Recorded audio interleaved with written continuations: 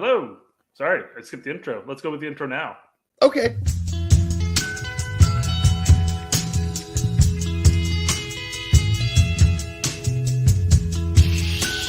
You're gonna do her.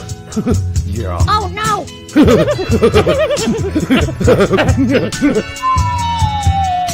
Matt, what the hell was that? Wasn't me, Coach. Welcome to the Straight Red Card. Get off our lawn. Welcome to the Straight Red Card. I'm back. I'm healthy. Haven't had any issues since Monday. Monday was just actually went to work. So the cream worked, huh? Yeah, I guess the cream worked. Whatever. I already talking about having my rash on my balls and all kinds of weird shit, but it wasn't that. It just felt like it's funny, Derek. Over. It's funny, Derek, because I make a joke like that to let it go and let play out and everything like that. And you immediately jump and go, "No, it wasn't a rash. I have allergies." Blah blah blah. But then you sit here and talk about, "Hey, for $1.99, Brett would have reached around you and shoved some up your butt." I never said that. And what do I say? I see you give him a reach. Hey, $5. Come on. I mean, listen, if you guys want to pretend I got like some sort of ass herpes, that's on you. But I wanted to tell the real story because I went to work and by 1 o'clock, I could no longer go on. Man, I felt like seriously something was really, really wrong. I couldn't breathe. My eyes were blurry and burning. And so I'm guessing that's an allergy. And then I went home and I got home at like 2 and I slept from 2 to whatever. And yeah, felt great just to get some sleep and my eyes stopped burning. And next day I was fine. I don't know what the hell that is. It's like some sort of seasonal thing, It's got to be. The turd in the background says, "Welcome back to the Straight Red Card. Derek has survived his encounter with the poison oak cocaine bear Sharknado. Unfortunately, my wife's boyfriend survived the cyanide soda I gave him. Damn. Why would you bother doing that to your wife's boyfriend? At this point, you seemed pretty resigned to your fate there, turd. All right, well. He's fighting back. Congratulations. He's fighting back. Awesome. He's not going to be, what's the videos that they make where the husband has to watch his wife has sex with all these. Yeah, there you go. A cockled. What a funny name. Kind of like we were talking about earlier, that baked is spelled just like naked, right? Yeah. But you don't say naked. And that's because English is a conglomeration of many different languages all thrown together. Got a little German, got a little French, got a little bit of Spanish more recently.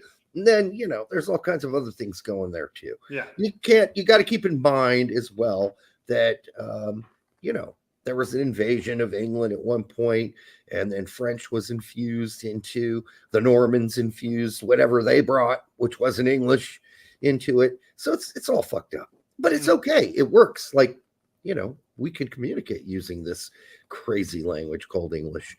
I guess Philip, her cunt, has some new stuff there. All right, guys. Here's card number 1. Got to get this out there early before we start talking too much stuff because some of that might come up. I think some of it already did. Card number 2. Number 3. I wonder if they got Derek had a rash on here. I didn't bother looking early. Well, I think we already talked about the rash in general. Yeah. All right, good. You're good, Derek. You're good. Even flow. All right, here we go. No more Eddie Vedder tonight, I think. Or would you guys rather me sing, "We built this city on rock and roll"? No, I'm not going to do that one. Because that song is atrocious.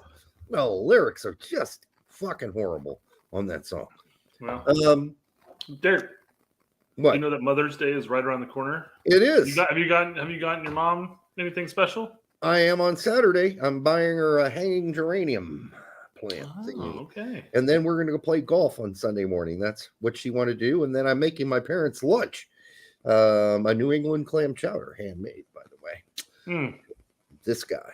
All right. So they're going to love it. And hopefully that won't wear me out too much. I feel like I'm getting really old, Brett. Like I just can't quite hack some of the things I used to be able to do, like staying up all night and drinking and then getting up and going to work. Just doesn't work anymore. Like I can't. I'm still able to do that. Yeah, no, I got to go to bed early, or else I'm doomed. You know, if I stay up and watch Ted Lasso till 1 a.m. drinking, you know, I'm fucked the next day. And by the way, I guess the new series is getting kind of smacked around a bit. But I do want to say I am today going to be drinking a triple Carmelet. It is a Belgian beer. It's one of the highest ranked Belgian beers, and it's one of my favorites. And it pours beautifully, and it tastes fantastic. However, it's quite expensive. Just a warning there. Quite expensive. It's up there for a 4-pack.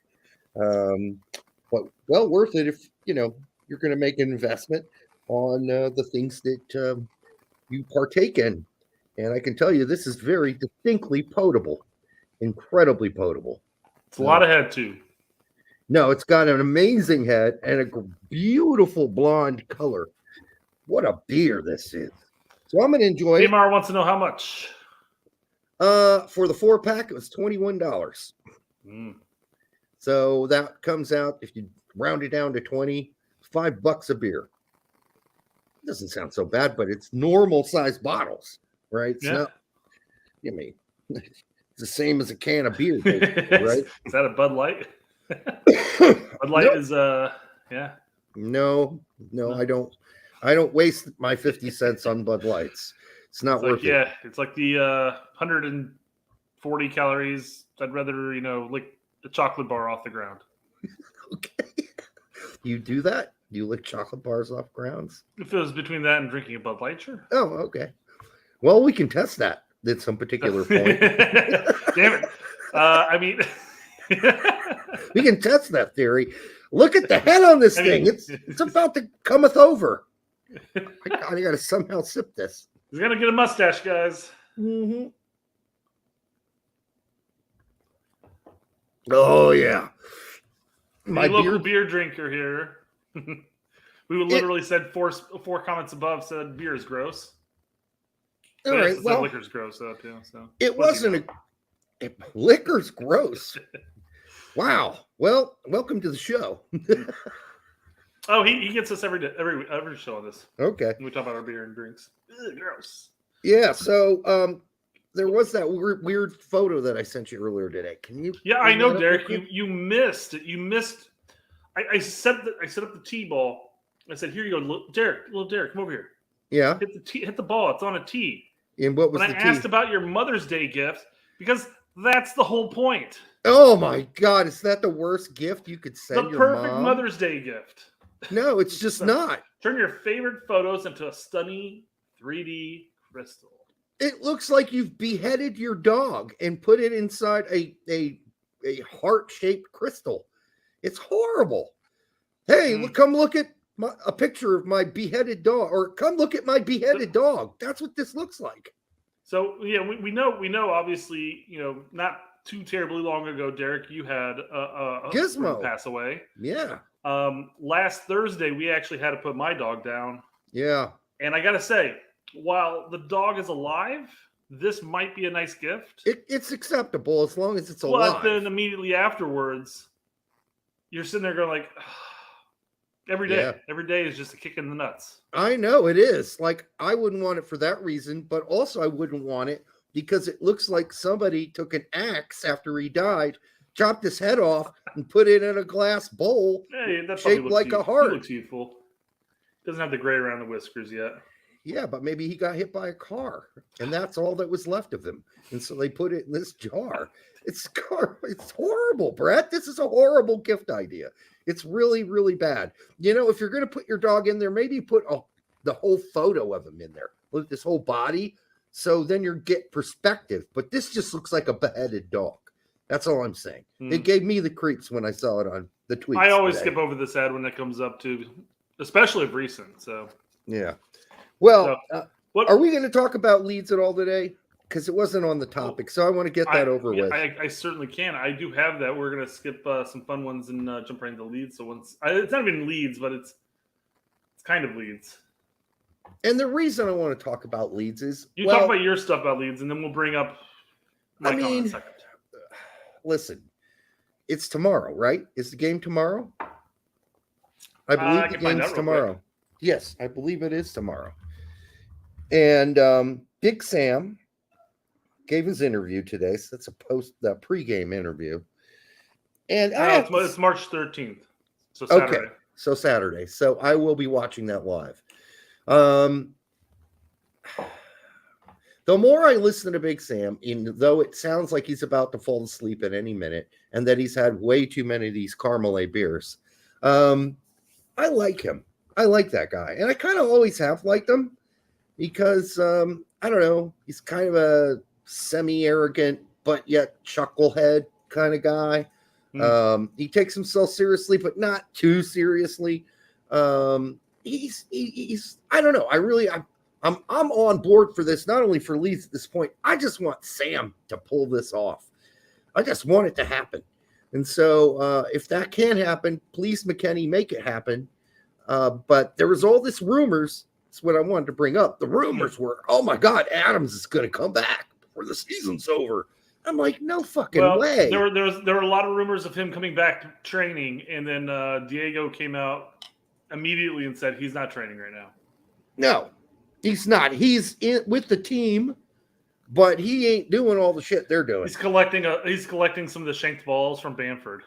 Yes, shank balls from Bamford. He's picking up cones. He's doing he's patting guys on the ass when they make a good play. He's probably, busting some balls out there too. That's what Adams does. But no, I mean, that would be, even Sam said, no, he's not coming back. No. And that's unfortunate, but he's not. Sadly, he said, sadly. Yeah, I mean, Big Sam would know exactly how to set up using Adams, McKennie, and Roca in that mid-3 like we all wanted to see and haven't been able to since Adams left. We've been stuck with the Roca-McKennie double pivot, which we know McKennie is not a guy you want sitting in a double pivot. Oh. All right, so we'll see what happens, but it is against Newcastle, and that is going to be a bitch. It's going to be a bitch. Yeah. But fingers crossed for the Leeds boys.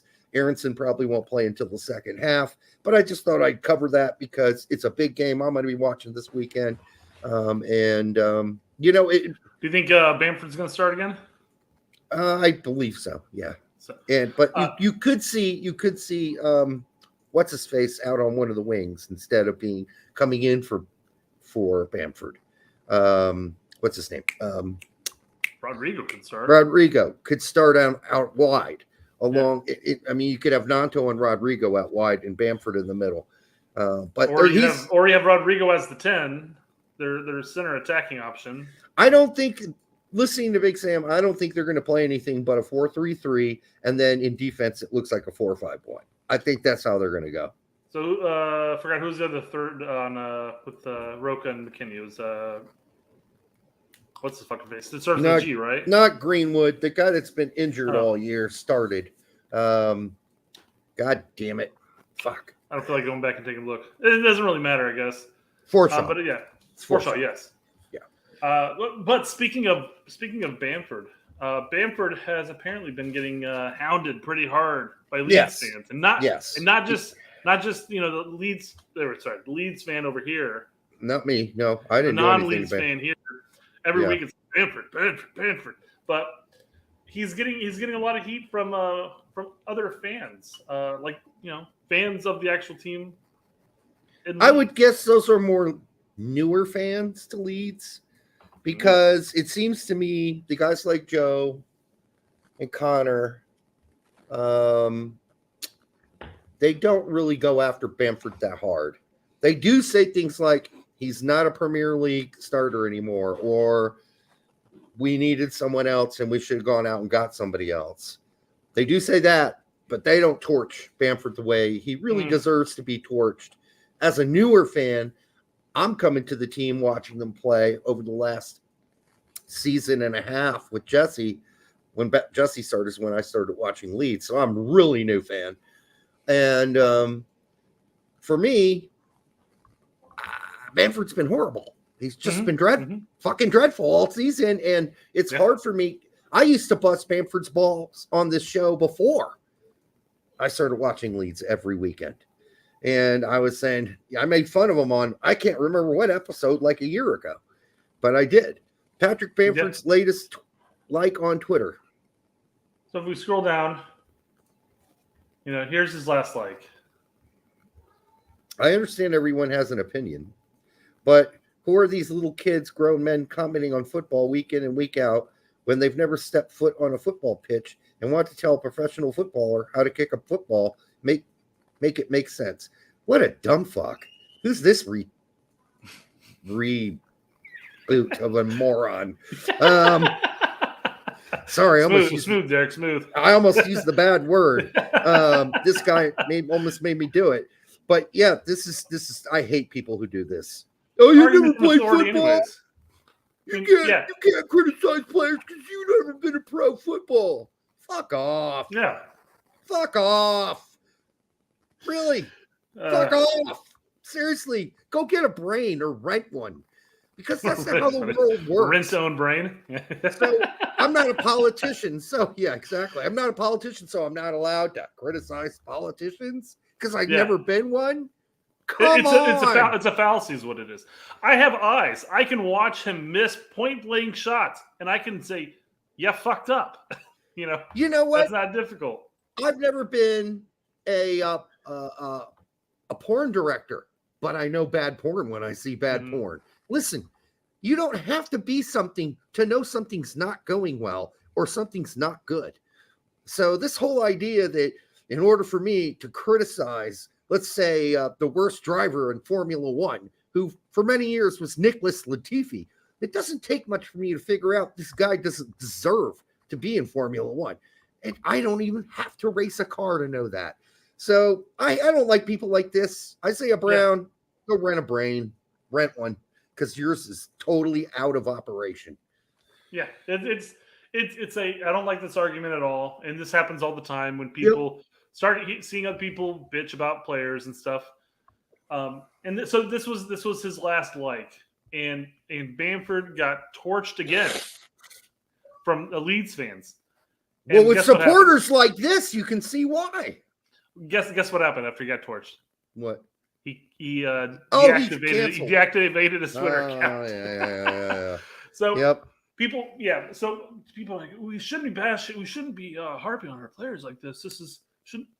Oh fuck! I mean, I know they're humans with real human feelings and stuff like that. But you know what? We get cussed out on a daily basis. Shit happens. Yeah, listen. I mean, it's not like unless they're saying something like "go kill yourself" or something. Oh yeah, horrific. Any form of horrific shit, or just downright in the sense of like racial shit. Yeah, fuck off with that shit. But if they're saying, "Dude, you fucking sucked," hang up your cleats, or go to a championship team. Well, you're already on one, I guess. Yeah, I mean, you're gotta. If people say you suck, I mean, that's just something you're gonna hear. I mean, I don't know how you're in it, unless you're fucking messy. I mean, you're just not going to get around that, right? People are going to tell you suck when you have a bad game. And you know what? He could just say, listen, I realize I've had bad games this season, and I feel horrible about missing that last sitter against Leicester, and I feel really bad about it. Yeah. But I promise I'm going to go out there and give 100% and try to make amends on that. Exactly. That's how you got to handle that shit. Or deactivating your Twitter account might be the best thing for him to do, or anybody to do, quite frankly. Who needs it? So it's funny because Diego was talking about it, and I said they were talking about McKinney because they're like somebody's like, yeah, if McKinney can take 1,000 fat jokes, he can take a couple of you missed a sitter jokes, Yeah. And then Diego's like, yeah, McKinney doesn't even have Twitter on his phone. I go, yeah, he's got it right. What we need to do is we need to deactivate all of our accounts. Let's start now. I'll sacrifice my sanity to make sure we all get done properly. Yeah. Well, I don't have Twitter on my phone. That I do not have. I do have it on my laptop, and I only do it for a couple hours a day at best. But then again, nobody except for one person has told me to go kill myself yet. So there's that. And if I guess that happens on an everyday basis, I just think that's really uncool to say shit like that with the state of mental health, the way where we are right now as a country, as a world. Just don't tell people stuff like that. That's really uncool. Okay, Roca does that shit though. Roca is bad. He gets told all that shit. Lalas. He gets told that shit all the time, and he just spins it. He spins it. He flexes it. You know. There is no reason in the world, as much as a doofus as he can be, that anyone should tell him to go kill himself. That is I agree. way I've never above. once told anybody on the media to go kill yourself. I just think that's so dumb. I guess, it's a different time now. There used to be a time where go kill yourself was basically an internet talk for fuck off. But. Well, I guess. But, I know he took a load of shit when he said something about DeSantis being president or something like that. He took a load. And then today, I think he posted a photo of himself wearing a freedom hat and a freedom shirt outside the White House. And he got more of that. But he doesn't seem to care. But not everybody has Lawless's unreasonable sense of self. I mean, he's a very arrogant person. So yeah. Stop saying go. Yeah, exactly. My monetization. Yeah, I'm not saying that one either. So there we go. Rocha is bad, and no one can convince me otherwise. Rocha I've been saying it all season. I know you have. He's had some good games though, Brett. Yes, there's some good games in there. Sure. I mean, again, I'm not saying this is he's better than what I give him credit for. I'll give him that much. But there's just definitely moments I'm just like, what the fuck do people see? I don't see it. I mean, I know other people don't see it either, though. But that's the thing. When he was in Spain, he was a very good player. All right, that's why Bayern bought him. But obviously, he's not good enough to make the Bayern starting 11 on a regular basis. This is why they got rid of him, or they loaned him, or whatever the fuck. So they got rid of him, and now he's here, and we're expecting him to be a superstar. He's not. He's just a very good player who has very bad games.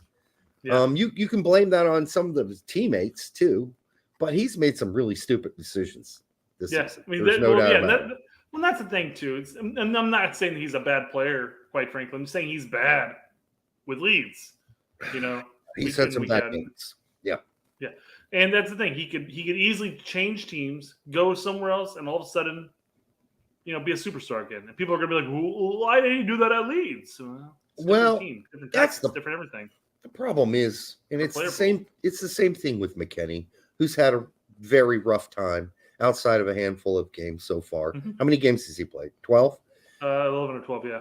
How many good games has he had? 3? 3 or 4. I mean, listen, that's. I'm just telling you, it's really hard for a guy like Rocha, who's never had to be the superstar on his team, nor McKennie, who's never been asked to be a superstar on any team he's played on.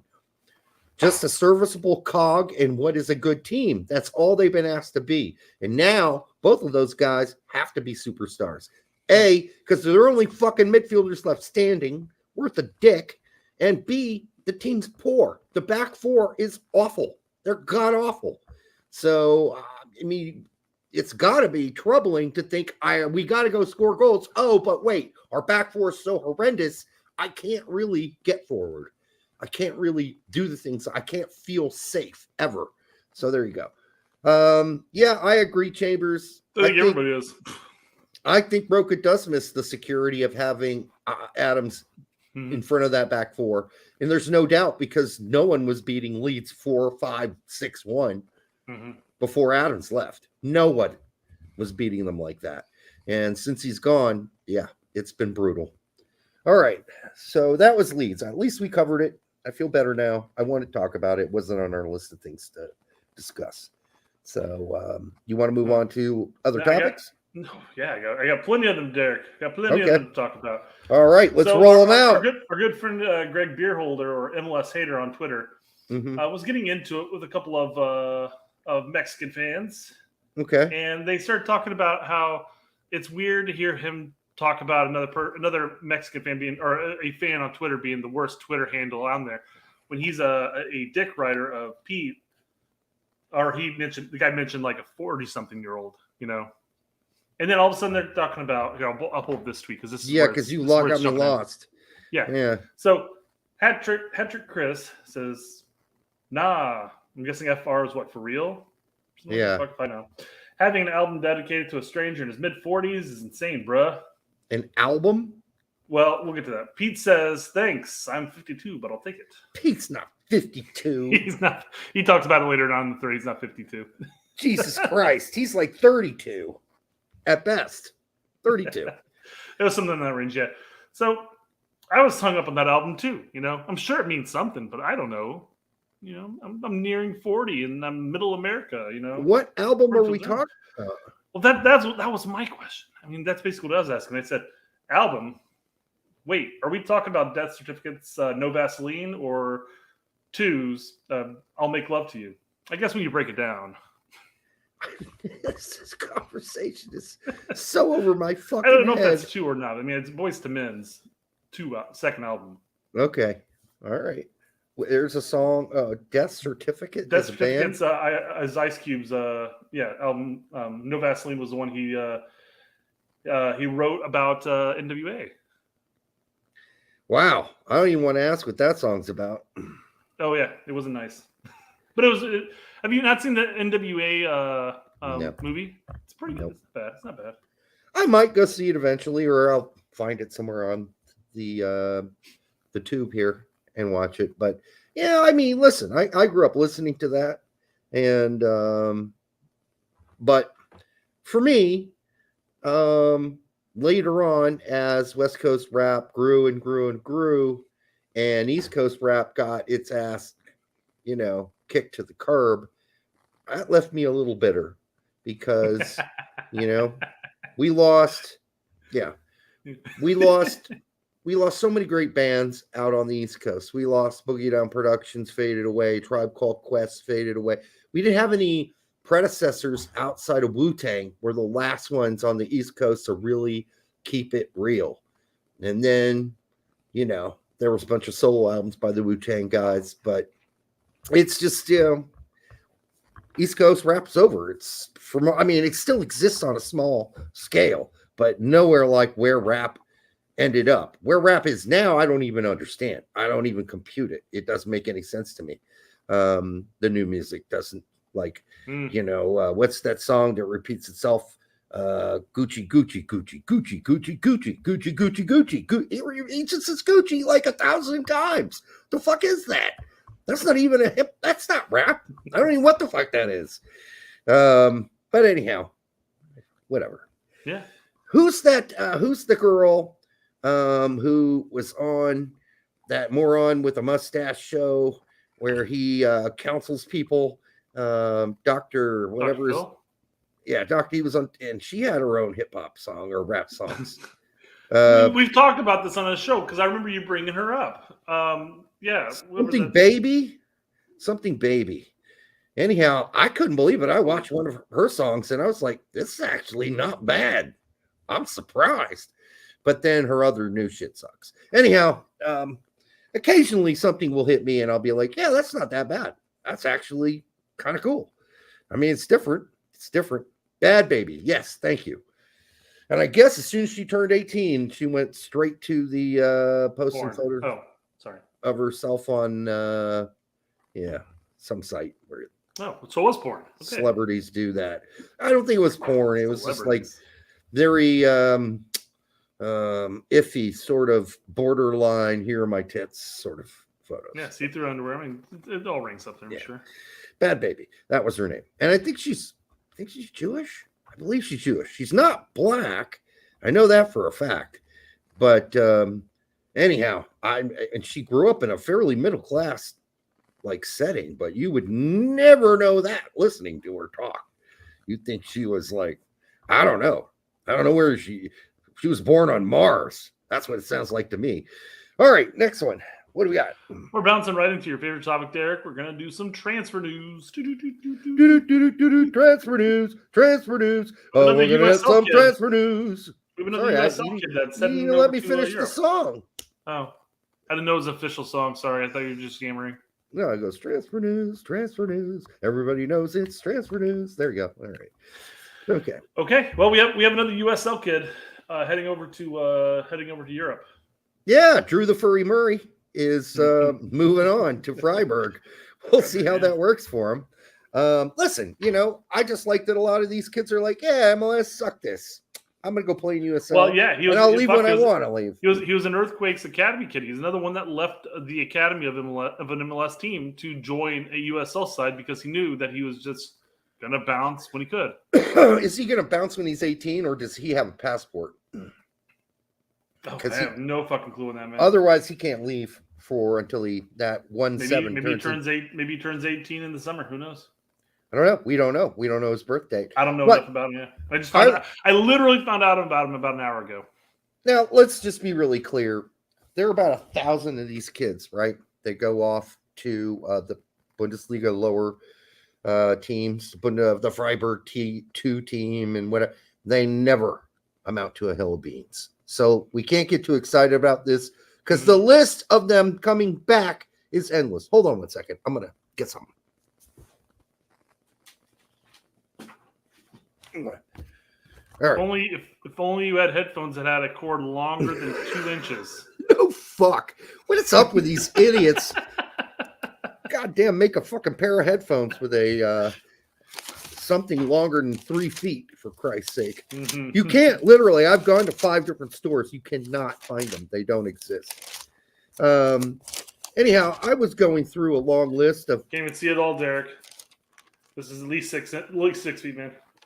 6 inches. I know where you're at with that. All right. You got a dirty mind. All right. So I was just going round it up, Derek. Come on.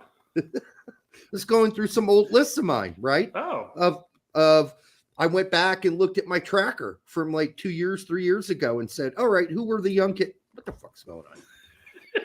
Who were the young kids that were over there at the time? And I started looking at him like, oh, he came home. Oh, he no longer is a pro. Let's name a few. Blaine Ferry went to Greuther Firth. Remember him? He plays for Tulsa now. Sam Adarian. He went to Emden's U19s. He's now with St. Louis. Austin Amir went to Freunde Lut. He's got no club at all now. Adam Armour went to Nuremberg. He knows with Charlotte, or Clit, as we like to call them. Ezra Armstrong went to Turkispor Augsburg. I mean, that's a really crummy team anyhow, but now he's at St. Louis too. Nico Carrera went to Holstein Kiel, but now he's all the way down with Zwickau, right? So he's still there. But Danny Barber, I remember people thinking Danny Barber was going to be like the best because he was at West Brom. Then he went to Sandhausen too. Now he's with the Oakland Roots. All right. Anyhow, this list is long. It's quite long. I could be here all night. From that all the way down to Evan Rotundo. Remember him at Schalke? He's so it doesn't always work out. Here's what you need to do, Derek. You need to do a list that has them all filing down the list. But you need to go at a quick pace because I'm sure there's 1 or 2 of them at least. And then you have to put like the Benny Hill music behind it. Yeah, I remember that music. And we only watched that show when we were like 11, 12, whatever, late at night when we had like a sleepover with all the kids, all the guys, right? And we're staying up late. We want to see Rat Patrol, because that comes on at like, midnight. But before that's Benny Hill. And you're always hoping for because you thought you were dumb when you were young. Maybe that show was live. And one of those girls would slip out of their outfits. You know what I mean? And you get to see some boobies. When you're 11 or 12, you got to see some boobies. Yeah. Now, go to like channel 999 and you get to see some scrambled porn. Well, I know some people had that luck. I didn't. I would say that came after me being 11 and 12 because we only had like 14 channels back then. Maybe we had 30 or something like that. So not a whole lot of channels. All 3 networks plus PBS. So Benny Hill's about as dirty as it got until finally later we got, Skinamax and HBO. And then you got the soft porn. And anyhow, you were hoping one of your buddies had stolen a Playboy magazine from the dad's collection and you could borrow it for a couple weekends or weeks. All the pages are sticking together. So you could stroke it. All right. Lazio, who are third place in Serie A, are reportedly interested in 20-year-old U.S. men's national team striker Ricardo Pepe. You know, Lazio might have some money, but I don't think they have enough money to just blow it on a kid that Augsburg are going to want full price for. Yeah. They're going to want full price. Full price. They want to make every single penny they spent on Ricardo Pepe back. He's got a couple more seasons right now under his contract, does he not? Yeah. For sure. So, yeah, Augsburg's not going to offload him unless they make their money back. Yeah. Why would they offload him for cheaper than that shit? Doesn't make any sense. They're not. They're just not. And now we're hearing a lot of positivity between Pepe's agent and Augsburg's brass. So I think things are going to be fine. I think he's going to end up at Augsburg. And I know everybody says they play, terrorist soccer or whatever. But listen, they need strikers and they need people to score. And Pepe proved that's something he can do. And I'm not exactly sure why Lazio want him unless they are thinking they're going to lose some people. And that could be true, but it might not be. And by the way, most of these rumors, because this is reportedly, could mean it dropped out of someone's asshole, which doesn't make it true. Well, they're keeping tabs on him, man. They're just keeping eyes, see if he's worthwhile. Yeah. Maybe we'll see what happens after the Augsburg season. I guess. I mean, he's going to play for them for at least a season. All right. Scottish club Rangers are reportedly keen on 24-year-old defender Austin Trustee, who is on loan at Birmingham City from Arsenal. I think this is probably doable.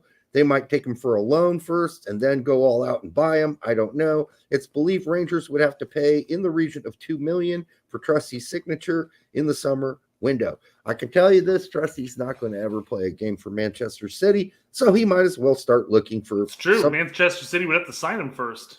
I mean, Arsenal, sorry. So I'm sorry. I'm not used to Arsenal doing what Chelsea and Man City do, which is just buy a load of fucking players and then loan them out. Like they have shelves of players. Anyhow, so I don't think he's going to play for Arsenal, so he might as well, maybe take a loan to Rangers first, see if he likes playing there before he makes the commitment. But if they want to sell him, they're going to sell him. I mean, I guess I guess just as far as constantly to improve your stock, let's just say. Yeah. Would Arsenal be more keen to, because he won like something like player of the year by the supporters over at Birmingham or something along those lines, whatever the fuck it was. Yeah. The people liked him there. Yeah. And he played well there. He played well in the championship. Yeah. Yeah. Are the Rangers going when it comes to, let's say Arsenal's looking to get the biggest bang for their buck because they agree with you. Yeah, he's never going to play for us. No, but they want to sell him off or whatever. I don't know what they bought him for, but is $2 million even going to make their money back? At that point, would it be keen to just continue to loan him out? And would it be better to continue to play the championship? Maybe continue to build that stock up, or would it be better to go play for the Rangers, where they'll play maybe 4 competitive games in a year outside of Champions League? Listen, I'm not sure it's the best thing for the career as far as getting better and better and better by playing against better opponents. I think you're better off in the championship. However, you do by going to Celtic or Rangers and being very successful. Playing center back, i.e. Cameron Carter-Vickers, of getting more eyeballs on you. And that's probably why we're going to see CCV move to, hopefully not, a championship team, but an actual low-level, maybe a newcomer, newly promoted team in the Premier League. I think that's probably something we'll see. But maybe not this year. It might take a couple years of CCV having another year of CCV kicking ass with with Celtic, and maybe doing something in the Champions League outside of losing and going out immediately. So we'll see. Yeah, I don't know. I guess I don't know if going to the Rangers, you're going to get more eyes on you. Maybe that will help your stock. I don't know. But I mean, if their hope in the end is that they're likely going to keep him in England and sell him to hopefully the idea would be to sell him to a recently promoted team, or maybe just a higher up championship team in the end. I don't know what would be the best option. If you want to, if he has another very successful season in the championship, maybe he's going to garner eyes at a low mid-table team in EPL. Maybe. That only really typically seems to happen if the team in the championship was one of the top 6 or 8 teams and the defense was really fabulous and you were the main reason it was fabulous. Then you go up to the EPL. I don't think that Trustee can make that argument, and Birmingham hasn't been that great. They've been okay. So I don't know. He's been solid. I don't think he's blown anybody's socks away, and Birmingham's just not that great of a team. Well, I don't think. And Chambers points out that transfer market says Trustee signed for $2 million, but is now worth $7 million. Well, they're not going to get 7 for him, but maybe 4 at best. But Rangers aren't going to be willing to pay 4 for Trustee. Yeah, I don't think so. No. So Austin may look at. This is nice rumor and all that, but he might end up right back at Birmingham City again next season on loan. And these loans could go on for, ask Matt Miazga, they can go on forever, right? Sure. So, Arsenal, they don't mind loaning guys out. They're going to loan Balogun out again next season. Guarantee you that. All right.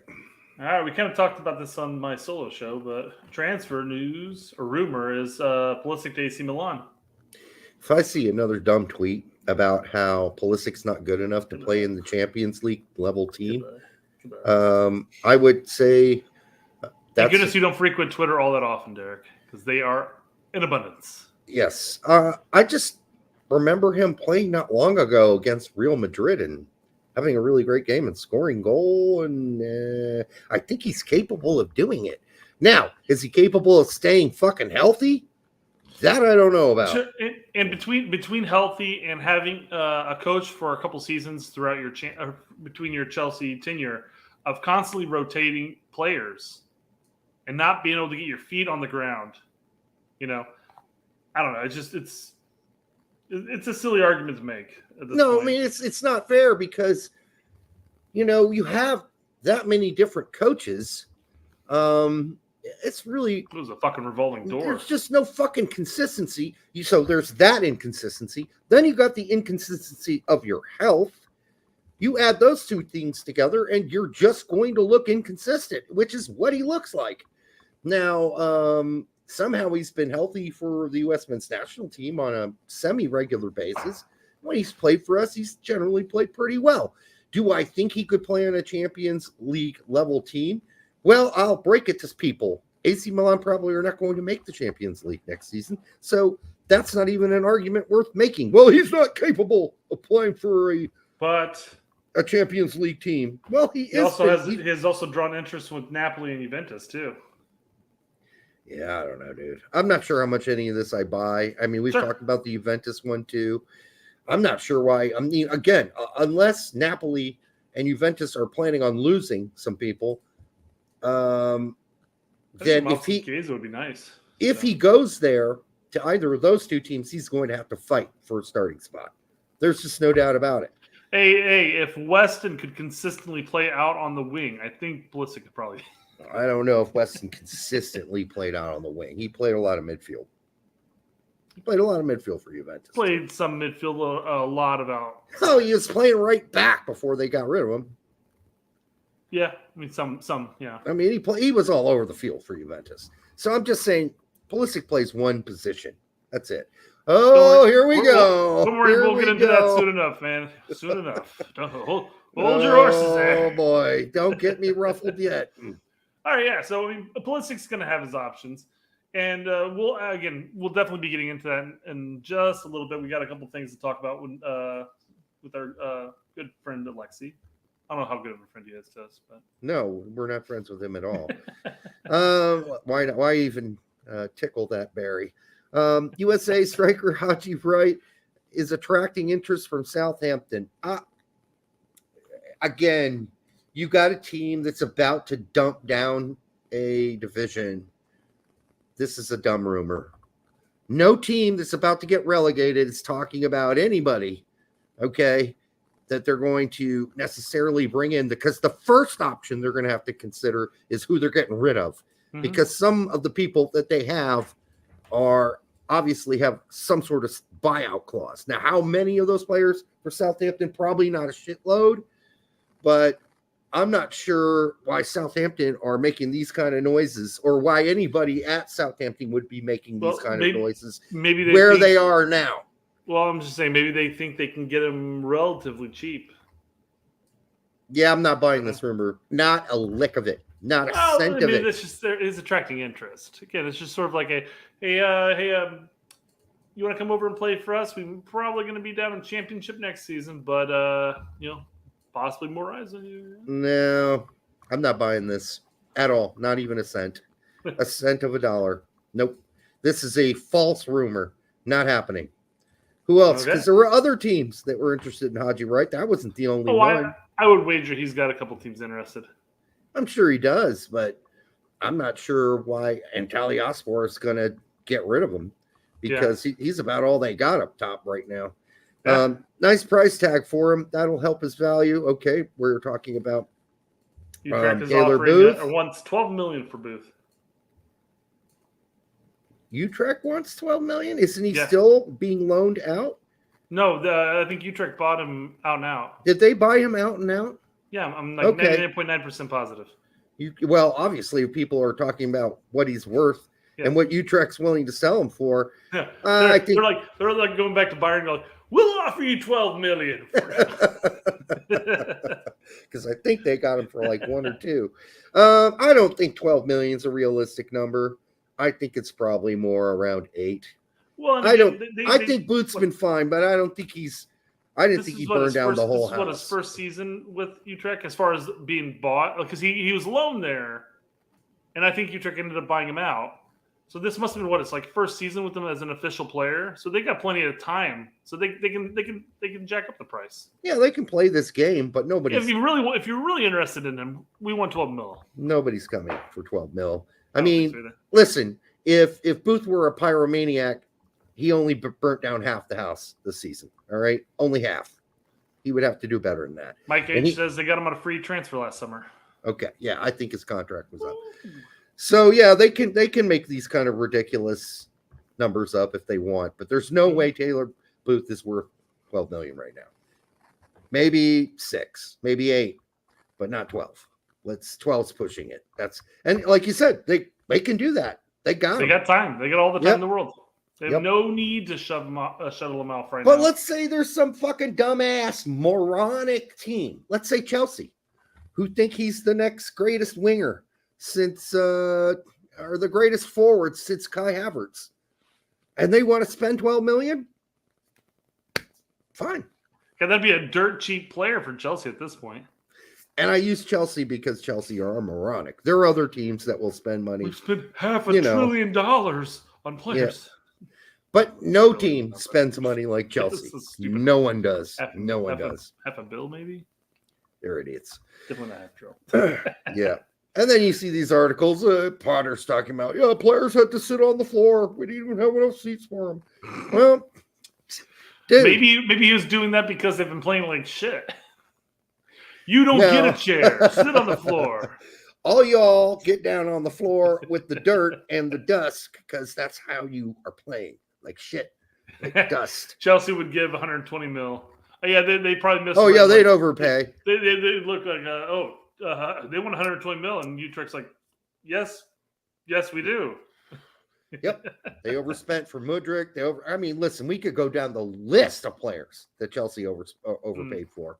And players that have absolutely no individual pride at all, obviously.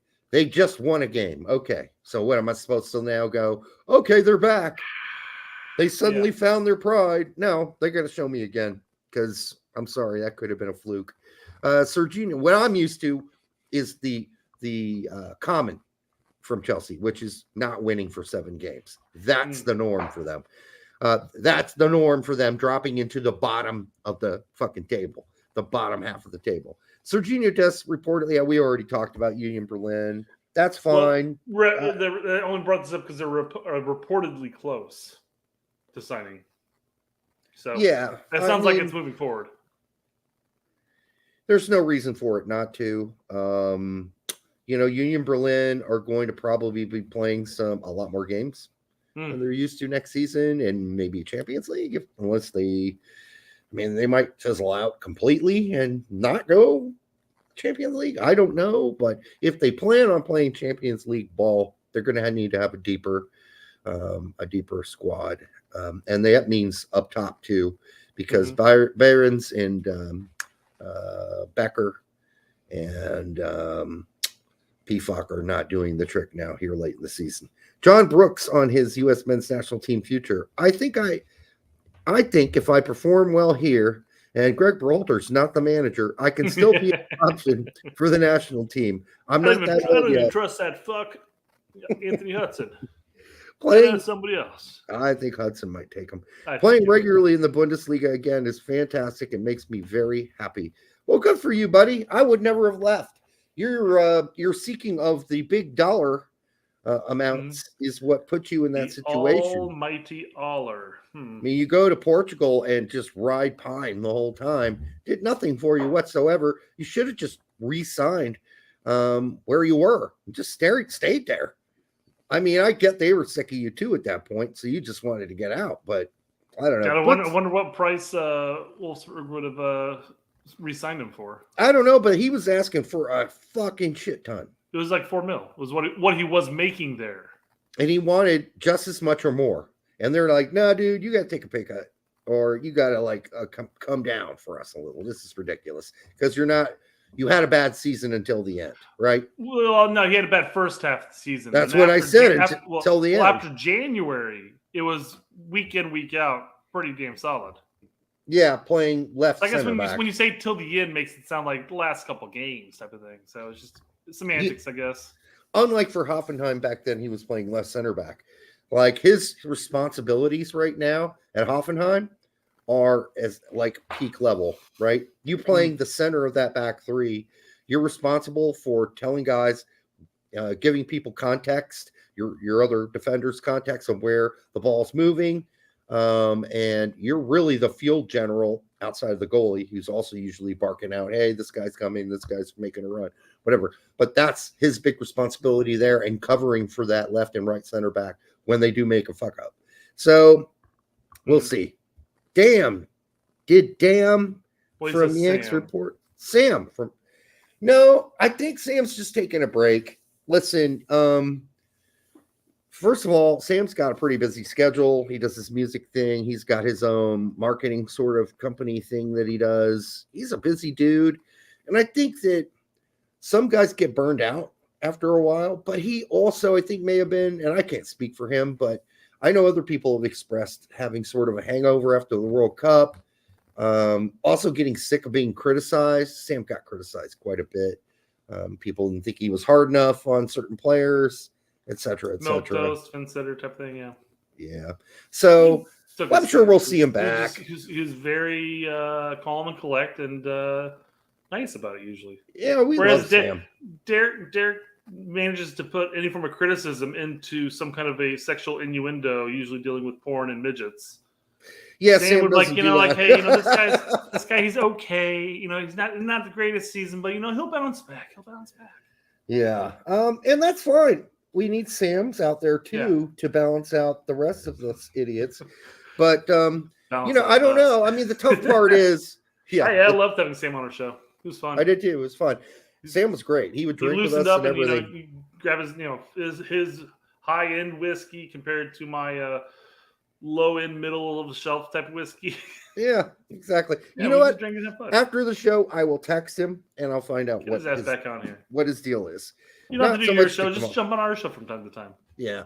So, I mean, it could be that he's kind of taking a break, but the tough thing about taking a break is once you leave, your people leave. Right? Yeah, you start losing. That shit drops pretty damn quick. Because he was doing shows, but they weren't getting a whole lot of views. Not that it was his fault. Because we've all experienced that. We all experienced that. Tack went through it where, I mean, look how many supporters he has, but look how many people were viewing a show for a while. It's like, what the fuck? So it's hard to say why that happens. We all know the algorithm. We have an excuse because we're cursing like sailors. Sam didn't, and Tack doesn't either. So, but you know, we can convert them. YouTube's not fair. Let's just put it that way. All right, what else we got? Source saying Flo will receive a call up from the English national team for June. Oh, fuck this shit. Why do we keep hearing that? Who says he wants one at this point? Who says he wants one? He might not want one. So maybe if they reach around, you never know. If they give him a call up in June, which is what we were hearing, he was going to get this call up, right? The last time everyone was saying it might have been Edgar. I don't know. I don't think it was Edgar, but we saw tweets where, oh yeah, he's going to get called up for sure this time. Nope, didn't. So at this point, I don't know if you can continue to post things like this and believe it, because it seems to me that Southgate was pretty intent when he said, right now, I have a lot of great players that play his position that are playing regularly in the Premier League, which, by the way, he's never played in before. Basically saying the Premier League is shizzle nizzle and the French league sucks tick. All right? So there you go. I'd find that offensive if I were Balogun. And he obviously did find it offensive because he went and hung out with us. Yeah. S27. He goes on talking about how US is going to make the push in the same window. So I don't know if we put in all the effort we could and try to convince him, and maybe we can persuade. Listen, there's a big difference. I don't think that we're like fawning over Balogun. We're just basically saying, hey, dude, we'd like to have you. If you want to come hang out with us, come hang out with us.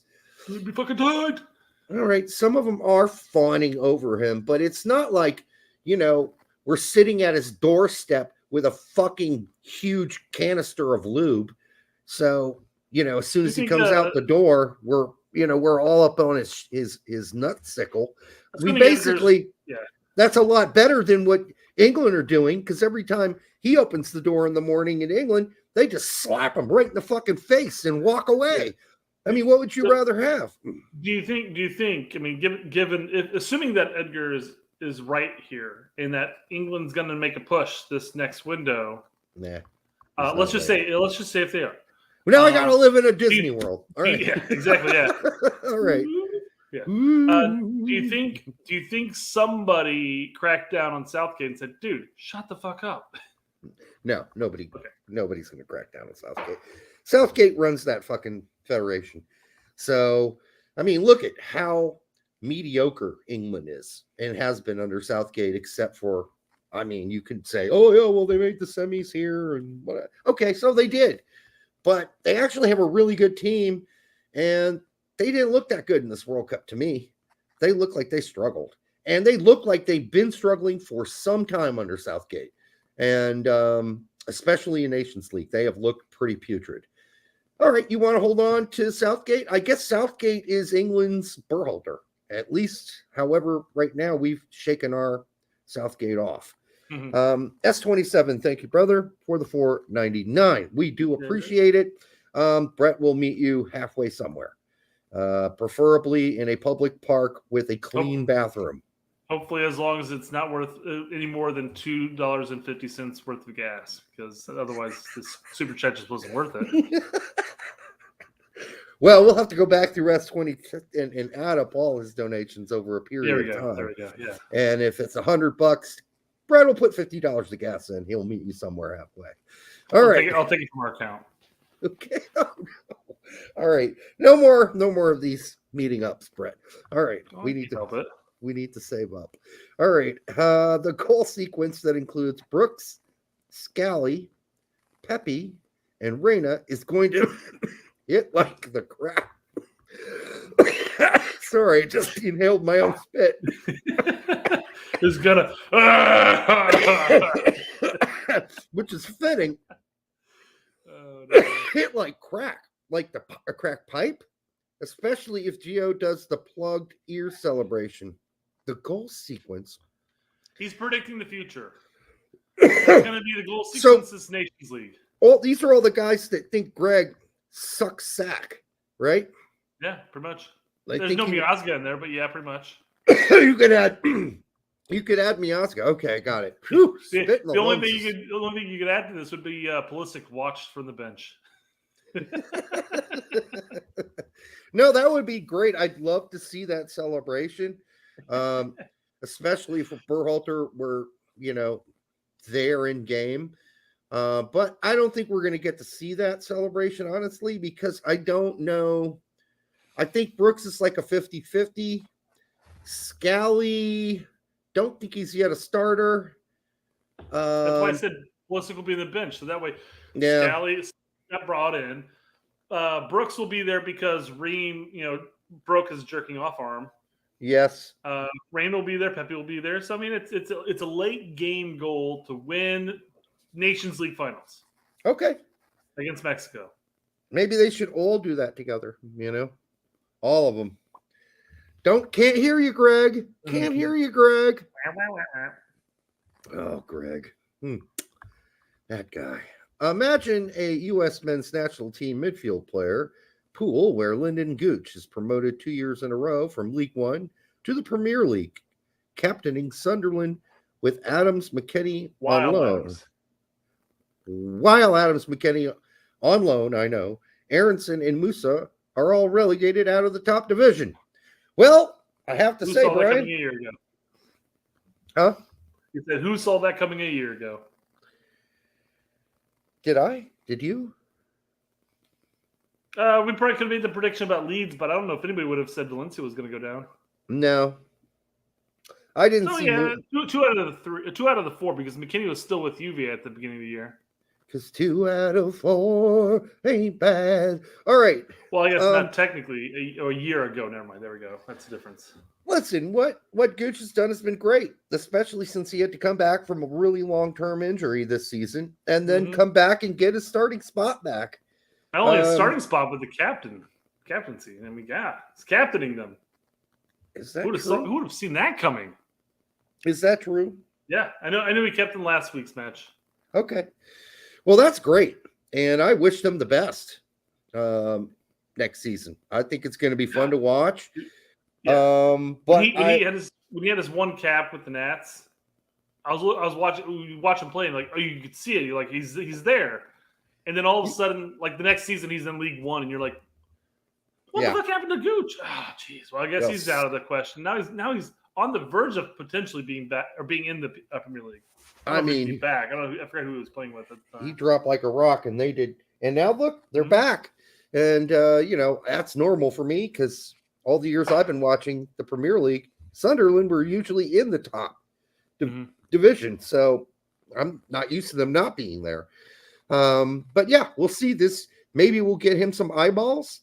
He does play in a position, however, that is, not stacked, but you got Dest and you got Scally, right? He's right back. So John says if promoted, he ain't playing. They'll buy a whole new squad. I'm sure Sunderland will buy some players, but it'd be strange for somebody who's captaining the team in the championship to all of a sudden not see the field completely at all. I guess it's possible you just find somebody else to take his position. John, he's a serviceable wing option. Then. Here's the thing about that, and why we haven't seen like that complete overhaul anymore from promoted teams, or we rarely see it anymore. It's just so risky because a lot of these teams, they're not going to have that kind of money to just throw around. What they're going to be depending on is, of course, staying up. They want to stay up, so they're going to spend some money. They're going to get 4, 5, 6 guys, maybe 7. But I don't think you're going to be able to replace your entire starting lineup. Somebody's got to stay and play. The teams going into the Premier League get something like 80 million or something like that. There's a bounce. So I guess it depends on how you. It depends, I guess, on how you spend that and whether or not they spend all of it. Who knows what their current financial situation even is? It's I don't know what Sunderland's current financial situation is, but all I know is you just can't necessarily. We've seen teams do that before. Hey, I think the last time Leeds was in the Premier League, they did it, right? And they were betting on making the Champions League in order to pay off all these big bills they had. Well, guess what? It didn't work out. And once they got near relegation, they were fucking broke as a joke. Leeds. It took them many, many, many years, over a decade, to get back in the Premier League. So you got to be careful how you spend your money when you get to the Premier League. Also, you do not want to necessarily, in some cases, ruin what is, I think, a really good, robust chemistry. Listen, Fulham went up and down and up and down, and I get it. But the team they're playing with this season is pretty much the same team they got promoted with. All right, there are not many new guys, not many new faces on that Fulham team, and that paid off because that team rode that chemistry into the season. And you can do that too. There are other ways of doing this. You don't have to just spend like a fool. Mm-hmm. Larry, thank you. 175. Here's what he meant to put. He goes, I always mess this up. Gooch's tits are 2 times bigger than Brendo's entire body. Yes. His pectorals. Yeah. He is built, and some of you also mentioned in the chat, but he is built like a bulldog. Yeah, Larry, let's be clear. I have tits. Gooch has pectoral muscles. So let's be clear about that. Let's be fair to Gooch. All right, what else we got? There you go. Chambers says Sunderland has new owners. They aren't super rich. Yeah, I didn't think they were. But even if you were super rich, I still don't think necessarily just throwing money at a problem solves anything. Fuck! Look at Chelsea. As Roy Kent would say, fuck. I mean, what a fucking disaster. And yeah, I mean, Gooch is literally built for pace. I mean, he's a speedy option on the wing. I don't know if he generally plays anywhere else for Sunderland. Every game I've seen of him play is always on the wing, right hand side, and he's just a bullet up and down that pitch. And he's technical, and he can lace those crosses. So it's going to be nice to see him back in there. And I think if he doesn't start the matches in the EPL, assuming they get promoted, he's definitely going to be an option off the bench and earn some starts here and there. He plays right back in a back 4. He plays right wing back if they play 5 in the back, which they haven't really done a whole lot this season. So he's mostly played right back straight up, I believe. At least the games I've seen. Well, that's definitely not a position necessarily you'd imagine a team to go out and want to replace. No, because, well... Yeah, left backs are the hardest things to find. Yeah. But right backs aren't far behind. So yeah, if you're a newly promoted team, you're probably going to be looking at more like a center back, midfield, and striker. Those are your big. The big yeah, ones. You want to go right down the middle and build a spine. So center back, center midfielder, center forward. If you can find those, you'll spend money on 3 guys, and hope that makes a difference. But also be clear. When you are a newly promoted team, the best of the best aren't going to want to play for you. So they're going to have to go and find some middle-of-the-road guys playing at Bayer Leverkusen or some other team, like mid-table in Germany. Or, I guess they could probably snip some players from like the 3rd or 4th or 5th team in Holland.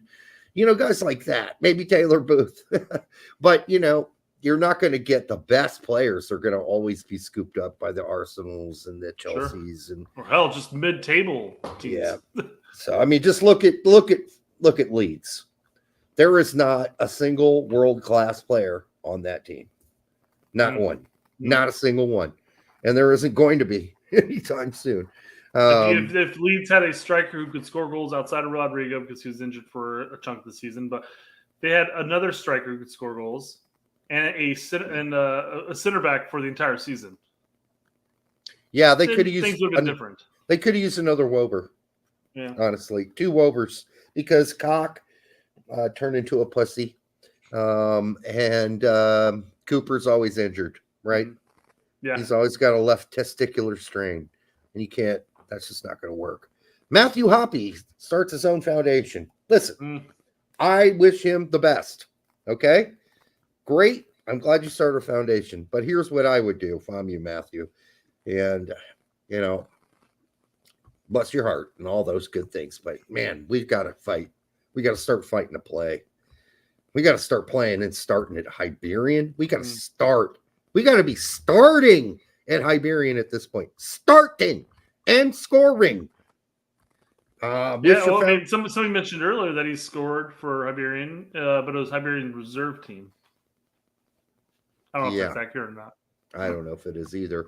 I know he got 10 minutes, I think, last game. I could look it up. It's right in front of me on this. Trustee. I'm just curious. No, I'm sorry. This weekend, past weekend, he got 1 minute. 1 minute with the big boy team at Hibernian. And I'm just curious what the organization's going to do to focus on helping young athletes both on and off the field. Because if this is what his organization's going to do, I wish it would help him. Yeah, help yourself first. Yeah, I'm sorry. It's a sequence when the oxygen masks fall down when you're in the airplane. You're supposed to apply it to yourself first before you apply it to your kids. Well, he's a very religious kid. Mm-hmm. We'll keep that in mind. But listen, we've got other players. Let's look at John Hark's son, Ian Harks. He's a starter for Dundee United. And are Dundee United one of the worst teams in the Scottish Premiership? Yeah, they are. But he's playing. That's the factor here.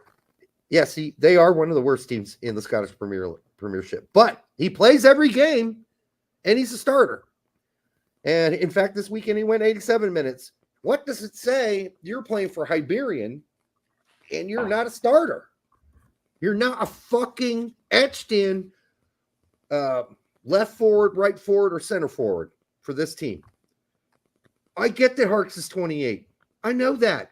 That's not the point of my comment. The point of my comment is that Hoppy is not standing out for his manager in whatever he's doing. Training, practice. It doesn't matter. Sure. I guess what everybody else is saying here is basically... Dundee, I just said they're the worst fucking team. I know they're going down. I think what everybody else is saying is maybe we don't necessarily have to focus on Ian Harks, Maybe we can focus on somebody else elsewhere.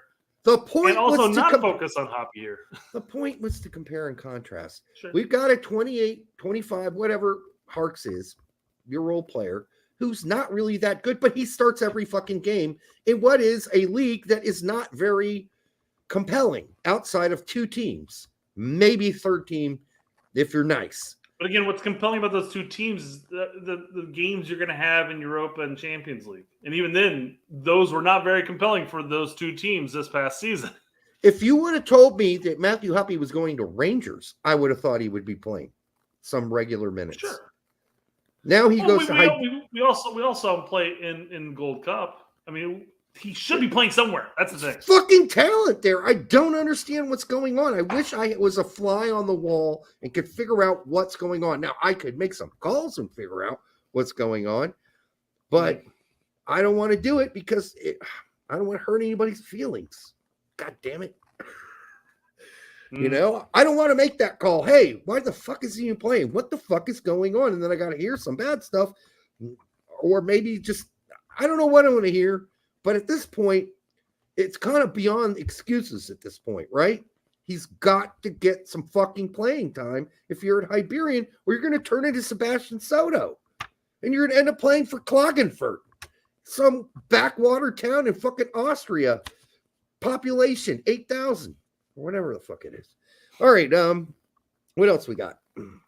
San Diego is poised to be awarded an MLS expansion slot in the coming weeks. The club will play at Snapdragon. Don't they already have a USL team? They do. Landon Donovan's team. Fucking Landon Donovan coaches? Is this USL team not going to be given the opportunity to become an MLS team? They're just going to skip them? Well, it does say down here, unclear what will happen with San Diego Loyal. They're going to fucking die off. That's what's going to happen to them. What's wrong with going to the San Diego Loyal owners? Or fold in. Maybe they combine. No, they're not going to fold in. That's not how this works, Brad. You know that's not how this works, right? We started off Indy 11 in NASL. They killed off NASL. So Indy 11 then moved to USL, where it's been stable for them. There was a lot that went into the killing of NASL. I get that. We won't get into it because that takes a long conversation. But let me put it this way. What if MLS tomorrow decided they announced a fucking MLS team in Indianapolis? What do you think the Indy 11 are going to do? Die off. Exactly. That's what's going to happen. This is some underhanded fucking shit from MLS. I guess what they could say is, oh, well, we just didn't want to steal the loyal from USL. You know, we're playing fair. We'll compete against them. We're not going to kill them off. Well, now how about offering the owners of the San Diego Loyal the opportunity to move up? Hey, you go out and raise the money. And then, but no, what happened is they found an independent investor who is willing to flip the $500 million bill. And that dude doesn't want anything to do with the Loyal. He wants to start his own team with his own brand and create his own thing. There you go. Yeah, what a great system we have. It's fabulous. Well, yeah, and the issue is San Diego Loyal, in order for them to move up into MLS at that point, would probably need to find a new owner, because I have no idea who owns them. But you have to be able. There are certain requirements for an MLS team to be considered, and one of them has to be an owner with a certain level of revenue. You know, absolutely a certain value, if you will, and you know, being a wealthy enough. This is the problem we have here in Indy. I mean, Urzel's he's wealthy, but he's not MLS wealthy. He's not a billionaire. Yeah, basically, you're going to flip a $500 million bill. You either have a conglomerate of very rich people, which is what Indy tried to do. Well, listen, if MLS went to Ursel tomorrow and said, all right, you got 1 year to put together a conglomerate of owners so you can afford $500 million, because we already know you're building a new stadium, which San Diego Loyal, I believe, already has their own stadium. I don't know. But they could work that out. But I'm guessing they skipped right over the San Diego Loyal people, because if you get that option, and I don't know, because I don't know the in and outs of, I'd have to talk to Landon Donovan or something, which I've never done before, to find out what the fuck's going on. Because Landon Donovan is an MLS superstar hero, right? You went out and you gave David Beckham a team, okay? You just gave him a team and said, here, you get a team because, well, you came here and played, and that's your reward. Well, and between his net worth and his wife's net worth, I'm sure they had the bottom line as far as what was required. No, they did not. Oh, I could imagine they'd have. No, they did not have the money to splash $300 million. Incorrect, sir. No, that was part of the deal that he got. No, I know that's part of the free deal. Team. I know that was part of the deal, Derek. I'm saying I would imagine that their net worth is equivalent to a net worth of an owner of MLS. I don't think so, dude. I don't think you can make that much money doing underwear commercials and playing for Real Madrid and all that. I think he probably his wife is a Spice Girl. She owns her own. Was a Spice Girl. They still make money. They have an estimate. Let's see. The former soccer star has an estimate net worth of $450 million. $450 million can't buy a team. That's what I'm telling you. He has a network of $450 million. Oh, she's got to pitch in too. I'm sure. Well, her income's part of it. Yes, I'm sure. Yeah, she didn't want to pitch in for the team. That's why he got a free team. They knew he wouldn't be able to. I'm not saying he didn't get a free team. Yes, he got a free team, but they probably gave him the free team because they know he has the money to be an MLS owner. He's not really doing this all by himself either. He's got other investors. I don't disagree with that at all. Without those other investors, it would be really difficult for someone who only is a $450 millionaire.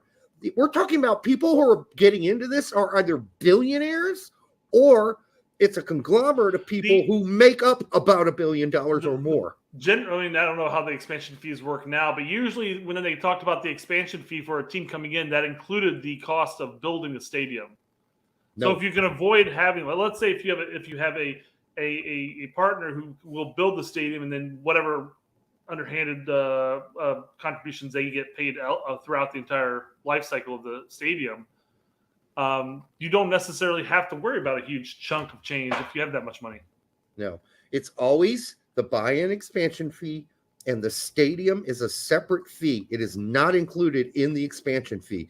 It's the $500 million plus the next $100 to $80 million it's going to cost them to build a stadium if they don't already have one. If they already have one, no big deal, right? There's already, like the Sounders. Let the Sounders use the fucking Seattle Seahawks. I just know news back and like when Toronto was coming into the whole MLS system, when they mentioned how much Toronto was going to have to pay. It was always the expansion fee, but that also included how much BMO was going to cost. Not anymore.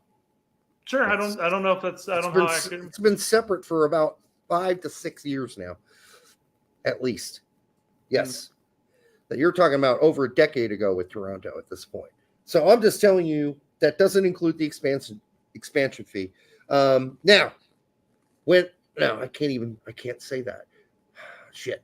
Okay, there's some things I can't say because I've had conversations with people at Indy 11, and I can't really talk about those details. God damn it.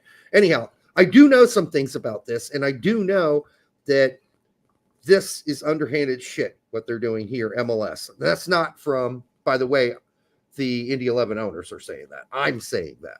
But this I think the fact that there's a $500 million expansion fee is absolutely ridiculous. No, well, I was telling everybody when it was 300, it was going to go up 100 million every couple of years. Yeah, and that's what it's doing. Well, they're going to keep doing that until there's no other one's like 800 million. People are like, nah. This is when everyone told me, and I was an idiot when I said, "Oh, by the way, expansion." When we were at 18 teams, I said, "No, let's keep going and going and going." They're like, "Oh, shut up! Nobody can afford that." They're going to go until there are no other markets that are willing to pay the money. Correct. Exactly. They're going to keep doing it. Why not? Because that $500 million keeps fucking MLS alive and well. They take some of that and they hand it out to the teams and say, "Hey, here's some TAM and GAM." I believe this qualifies as TAM, right? That's how they split up that 500 million. It's all fake monopoly money at that point. So I don't know what the fuck that means. So basically, what they do is they take this 500 million and they split it up amongst the teams. Yeah. Not all of it, but a portion of it, and say, "Here's the extra millions of dollars you get to spend on signing players this season." So you can go to Argentina and buy a star, or you can go to wherever and buy a young star player, a young up-and-coming star player. Yeah, that's what they do this with. Yeah. So, I know what Game of TAM is. I don't know what's the difference between the two and where the money actually comes from in that front. Well, one of them was created by the expansion fees. So they take the expansion fees, and I believe it was TAM, and maybe you can correct. And what happens is this is a portion of money set aside from monies earned and gained by MLS that are given to the teams that they can spend separate from the salary cap. Mm-hmm. So, and that allows them to put players that they want to keep who have played so well and might be getting some sniffs from Europe. They can give them that extra $5 million contract and keep them, whereas they would have lost them otherwise. So anyhow, this is horrible. So I feel like that's got to be GAM, because GAM is the only thing that's ever traded whenever they do trades for people. Like, oh, they got Will Trapp plus 4, Minnesota's willing to trade off Will Trapp. Might be GAM then. Gave him 400,000 GAM to get rid of him. The worst thing about this is I used to know what TAM and GAM stood for, and I don't anymore. I've totally wiped my memory. Money. Oh, I know one of it does. Yes, the M stands for money. This is a loony and this is a toonie. Yes. So anyhow, this is a horrible thing for USL. But at some point, we're going to evolve to the point where every major soccer market has an MLS team. And if that means we go to 48 teams, which I don't think we'll get to that, that'd be crazy. But we're going to get a lot of teams, maybe 36 in the end. And then that's every major fucking city in the United States. Then there's no point in even for having promotion and relegation because every major market's covered. You got the top 36, 40 cities covered. They're all MLS teams. They're all playing in MLS West or MLS East. We got Game and Team here now. So let's cover S21, S27's comment here, and then I'm going to pull up what Game and Team is real quick. Okay, if MLS just kills a USL team like that, has a connection to the community that will set people off. Yeah, I know it will piss people off. The question is, will they be able to survive? Will that anger last long enough that people are still going to go out to watch Landon Donovan coach teams at San Diego Loyal when they've got a major league soccer team now? What are the soccer moms want to go? What are they going to want to go take their kids to? That's majorly important, but it is a part of it. Well, I mean, I imagine the cost of a USL team, going to see a USL team compared to going to see an MLS team is drastically different for the common soccer mom and kids. So yeah, I guess you're living in San Diego, so maybe money's not necessarily a concern. Well, I got to tell you this: if you live in San Diego local area and you're watching local TV or listen to local radio or whatever, they're going to cover the MLS team before they cover the USL team. Sure, I can tell you that.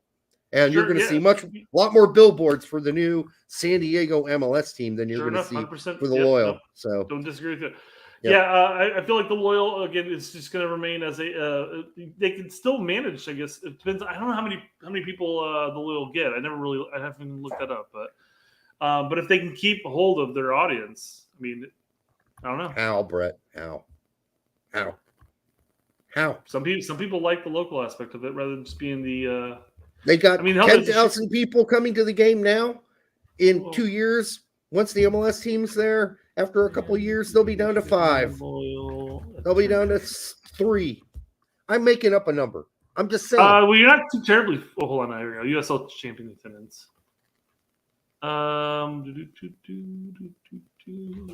Loyal's average attendance is 4,500. Oh my God. Well, they don't have enough support to barely survive now as we speak. 4,500 is a horrible attendance number. Sure. So now I guess it imagine. depends on what you're paying players. I mean, I guess if you have really cheap players, who knows? Well, I'm sure the players aren't that expensive, but that sort of showing up. I'm just saying this team's dead. They might as well wrap it up. TAM is targeted allocation money. Yep. And GAM is general allocation money. Okay. Interesting.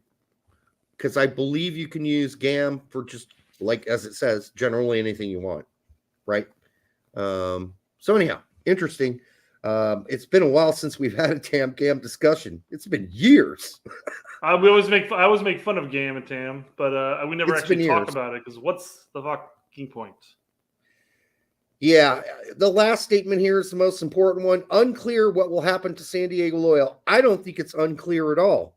San Diego Loyal are going to bend over and grab their fucking ankles. And if they're smart, they'll pre-lube up themselves because you don't know if the bastards coming in are going to lube up at all.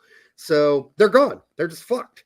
That's what this is. And this is just really, again, this is time for lawsuits. We know the USL MLS relationship broke down completely. It's no longer exists. They don't like each other again. They don't talk to each other again, right? Mm-hmm. So this is going to get ugly. And I don't think the USL can go on if every major market that they're in gets basically gets taken over. I was going to say something worse. Bofa says 45 for USL isn't bad if the stadium holds 5K. Yeah, I mean, if the stadium holds 5K and you're selling 45, I mean, you're practically selling out at that point. But you're a mid-table attendance team for USL side. And when you're talking about the amount of money that you're paying into the team week in, week out, traveling, cost of players, facility, maintenance in general, that 4,500. I mean, if you dip a little bit, all of a sudden you're hitting hard. So you're telling me they play in a stadium that only holds 5,000 people? No, I think they may have been hypothetical. It's not too bad if the stadium holds Yeah, but I don't think holds 5K. Maybe he's just saying they play in a lot bigger stadium than that. In fact, we should look up where they play. We should have done some research on. This is one of the ones you should say, hey, Derek, dumbass, we're gonna have an MLS discussion tonight. Do some fucking research on TAM and GAM and the whole San Diego deal, because I would have come to bat. It's a 6,000 seat stadium, Torero Stadium. That's small. It's 6,000. located on the campus of University of San Diego, which we all know is German for a whale's vagina.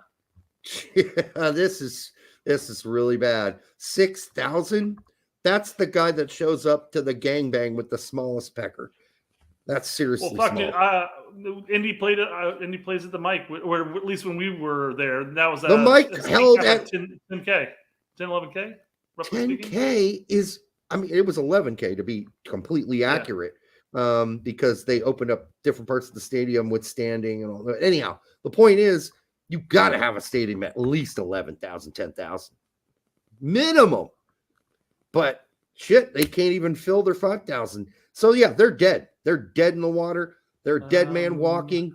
They're the guy in Jaws who goes for a casual swim in the morning as dawn is cracking. How many USL teams became MLS teams. Well, Seattle, Portland, Atlanta, not Atlanta. Well, Atlanta was the Cincy. Atlanta. No, Silverbacks were still there. No, they went away. They went away. Okay, no. That's beside the point, though. He's asking how many USL teams became MLS teams. Yeah, okay. We can make that distinction cleanly if you want, but you can also talk about how many cities where MLS teams dropped into where there once was a USL team, right? Yeah. And they're not affiliated, but it still killed off the USL team. Right? Because that's what's happening here. What's happening here is San Diego Loyal are not an MLS team. They're not getting bought out or being given the opportunity to become an MLS team. They're just being trashed. So, I mean, we could go through the list of all the teams, but I don't know what point there is to do that, right? Atlanta came from nothing, right? There was no Atlanta United Junior. You had the Falcons owner just buy a team, basically played them in the same stadium. Same thing that the Seattle did, but Seattle actually had Sounders. Vancouver, Seattle, Portland. Okay, I'm not going to do this because, like I said, what's the point? All right, John. Well, you're running low there, though. Is the thing, though. There's not a whole lot of USL teams that made the jump to MLS. Basically, is what they're saying. Well, there's enough of them. Least, Cincinnati is another one. St. Louis. St. Louis out of US. There's a lot more than people think. 5. But again, that's not really the point because either way, at least those teams got a chance to move up. These people didn't. They're just getting fucked. John Reck, Inter Miami happened, and there was Miami USL team. Correct, and they are still around, I believe. I'm pretty sure. Miami USL team. But, I mean, they're getting like 4,000 or 3,000 people a game, the Miami USL team. Mm-hmm. You're not going to ever do anything with a crowd that small. You're not going to make any impact. Your biggest chance to do it is the U.S. Open Cup, and that ain't happening because you don't have the players to do it. USL might as well start digging its own grave right now if this is where we're trending. And you know what? There's nothing any of us can do about it. I honestly think USL is just going to continue to chug along. I don't think they're going to go anywhere. I think they're. I think over the course of the next 100 years, USL will still be here. MLS will have shriveled away. You think so? And USL is just that. I think I can. I think. So you're basically saying USL is like a roach. It's sort of yeah. Well, they've survived like whatever the last 3 decades of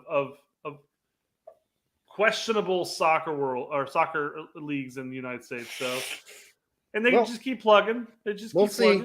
We'll see. I think this is. I mean, I'm just being a realist here. This does not bode well going forward for other major markets that USL are in, that MLS are sniffing around in, and which we know it's every market. That's every market that MLS is sniffing around in. And this might be the most the best way worst. that USL stays alive right here. With S27 says USL is selling players to Europe. So they sell the players to Europe. They make a little bit of change, but then they're hoping to God there's going to be some back end to pay whenever those players get transferred again. And you better hope there's a lot of them. Well, maybe that might be the plan. They may be appealing to the youth national team players, saying, "Hey, come sign with us. We'll sign you to a 1 to 2 year deal. We'll sell you if there's any interest. You don't have to worry about the 3+2 at MLS." That is their appeal. Yeah, but you better be selling a shitload of them in order to succeed. And now you're looking at the MLS academies. I don't know. It's rough going forward for them. Sure. All right. What else we got? I think we beat this. We're going to stick in the MLS in the MLS realm here. Okay, so we're going to talk about Lalas. Yeah, we could have covered this earlier when we were talking about Pulisic, but you know, well, we got a video of Lalas talking about this, and he goes a little more detail than what he says in this. I just want to say but that sums it up. Pulisic will have plenty of great options in Europe, But if LA Galaxy wanted to act like a super club again, okay, can we just stop right there? LA Galaxy already is under penalties for not following the fucking rules. They're not allowed to sign anybody with a big deal anymore. He does mention this in somebody else's comment down below somewhere. I remember him bringing this up. Oh, he's like, oh, I'm at any MLS club, right? Well, he says, well, he ends up clarifying and say, well, I guess it can't be LA Galaxy because they're still under the penalization. So, they're still being penalized. Well, maybe you should have thought of that the first time you wrote this stupid email or the stupid Twitter, because that already makes no sense at all. Because LA does not have the capability to be a super club again right now, or go after a player like Pulisic and pay him the kind of money we're talking about. So they make a run at him and use him like Beckham to signal their intentions. This is such a fucking Lalas phraseology. It's almost sickening because it's so deliberate, but yet not thought through clearly.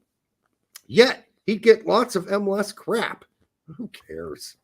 But I think CP's got a lot of Landon Donovan in him. In which case I said, I don't think Landon swings that way. I did. I said that to Lalas. He never replied. Yeah. What is it? A lot of the CP in him consists of, a lot of Landon Donovan in him consists of him coming back to MLS, playing in a week in, week out in a quote unquote lesser league, but then still showing up for the national team. Is that what he's talking about?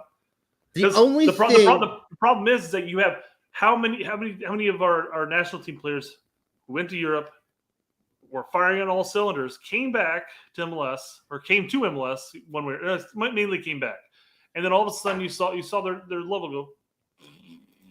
Okay, well, yes, but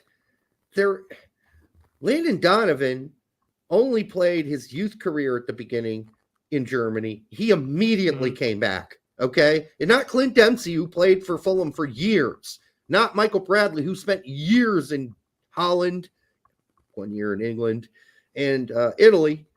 They spent years there. Landon Donovan came back to the United States because he just didn't like being over there. He didn't feel comfortable there. I'm not saying that's right, not saying that's wrong. I'm not calling him soft. I know we hear all that. I'm just saying he didn't like it. Later on, he played fairly well for Everton. That's fine. But he came back because he couldn't deal with it emotionally. We know that Landon Donovan is he's an introvert who's also kind of a tender person. There's nothing wrong with that. But Pulisic is an introvert, yes, but he is not a tender fiddle at all. At all.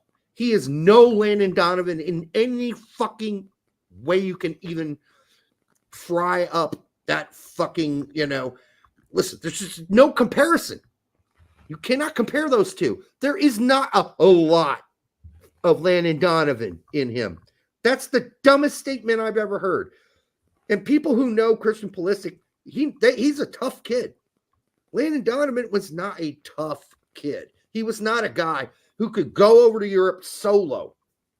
Okay? Well, he had his dad with him, Pulisic, for a while at Dortmund, right? But no, not since he's been at Chelsea, not the end of his Dortmund career. But when he was a youngster, his dad was there with him. That's tough to do that. But CP is a tough motherfucker. He's battled injuries. He's come back from them. Landon Donovan took the easier route. You go to MLS where you're not extra challenged, where you don't have to fucking prove yourself every day because you are the superstar of your team, right? What's the comparison? Where is all the parts okay, I'm sorry, they're both under 5'10"? Is that what they share in common? You tell me, Brett, what Lalas is fucking talking about when he says there's a lot of Landon Donovan and Christian Pulisic.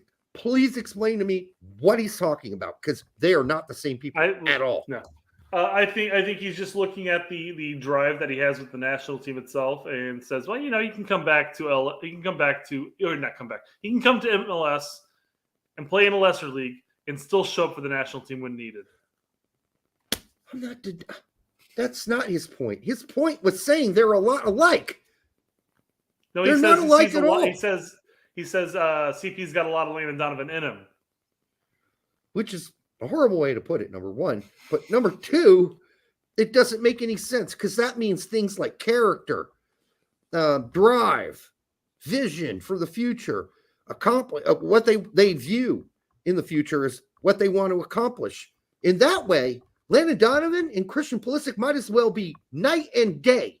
They are not the same person. And if anyone should know that, it would be Alexi Big Mouth Bloviating Lalas.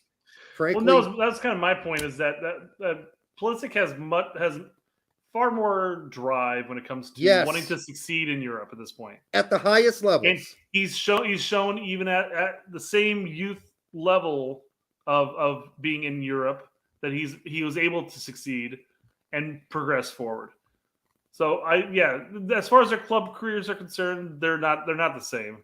But I think he's alluding to the fact that if LA Galaxy came by and offered whatever the Beckham deal, $6 million or whatever, let's just say that's a lot of money that he probably wouldn't necessarily make going to another team in Europe. So maybe they could persuade him over. He would still do well for the national team, is what he's really trying to get at. No, I don't. Because that would have nothing to do with comparing the two as people, which is what he does by saying there's a lot of Landon Donovan and Christian Pulisic. That means something. When I say, oh gosh, your son, Brett, he's got a lot of you in him. That's about your kid's personality, the way he looks, the way he acts. They don't act anything alike, those two. They're both introverts. That's the only thing they have in common. That's it. Outside of that, their drive is totally different. Their vision for what they want to do with their careers is totally different.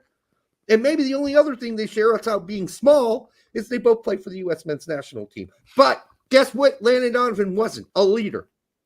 Pulisic, much more of a leader. He's much more vocal and verbal than Landon Donovan ever was in the locker room. So I just think this whole piece sucks. I don't necessarily think he's looking at it from that deep. I think he's literally just saying that he could come to MLS, take a big price tag, and still play for the Nats. Well, then leave out the fucking part about Pulisic having a lot of Landon Donovan in him. Leave that out because that makes no sense. Then it doesn't fit the rest of the topics above. Because that's what that what I said it means is what that saying about someone means. You got a lot of so-and-so in you. Oh, Derek, man, you got a lot of Jermaine Jones in you. Oh, yeah, I am a tough player. I kick the shit out of motherfuckers' shins. I'm a warrior. That's what that means. Derek, where's your Breck Shea wig? I don't own one. And I wouldn't want one, actually, Larry. I really wouldn't want one. Derek does not want to look like a llama. No, I don't want to look like a llama. At all, Larry. But thanks for the $2, my friend. Unfortunately, that will only get Brett about out of his driveway. So you're going to have to drive most of the way, is what I'm saying. To Brett's driveway. He'll be in his car parked in the just outside of the garage. I'll walk to the end of the neighborhood. Okay, S27. Yeah, you guys are thinking too hard about this. Lalas is trying to get attention. No, you're totally right. We know this. But the point is, if you're trying to get attention and you have a hot take like this, what you want to do, because hot takes are going to be at their core probably a little stupid, and not make sense. So when you're making an argument, you don't make it worse by then saying and adding on to your hot take stupid other shit. And that's what Lalas did. Just thoughtless. It's just a thoughtless tweet. That's what this is. And, I'm getting to the point when I watched Lalas' show, I don't believe a word coming out of his mouth anymore. Not a word. I don't believe any of it. I think it's all show. I don't think he believes anything he says. I mean, if he does, he believes it for the moment, but he's certainly willing to sell himself out and change his mind at any moment. Mike H says, Laws planted the poison oak. Derek fell in over the weekend. Could be. BMR says, let's not waste any more time on Lawless. Yeah, we'll move on. So I do want to make a comment here because I had this back and forth earlier this week.